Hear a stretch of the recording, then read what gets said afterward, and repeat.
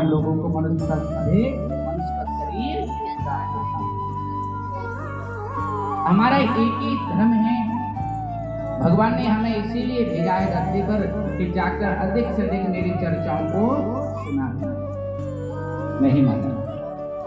जब से हम जन्म लेते हैं, अच्छा देखिए, बालक जब माँ गर्भवती रहती है ना, तो माँ 7 महीने कहती है, मैं 7वां महीना चल रहा है, तो 7वें महीना का बालक जो होता है वो 9 महीने में बच्चा बाहर आता है, तो 2 महीने तक बालक हाथ जोड़ता है, चाहे वो बेटी हो चाहे बेटा हो।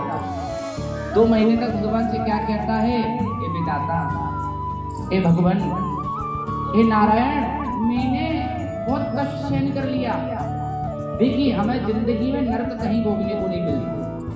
हमें नरक है माँ के गर्भ में ही बड़ा नरक बताया गया। वो माँ के गर्भ से ही महाराज हमें इतना बड़ा नरक है कि महाराज उसमें हम सब कुछ भोग लेते हैं। माँ के गर्भ से ही भगवान से हम क्या कहते हैं, ये विधाता मुझे इस माँ की गर्भ से बाहर निकाल। माँ के गर्भ में महाराज इतनी गंदगी भरी रहती है, उसमें हम लोग मलमूत्र पेशाब इत्यादि में पलेटते हैं। भगवान कहता है कि मैं बाहर तो निकाल दूंगा, लेकिन बाहर आकर आप लोग क्या करोगे मेरे लिए।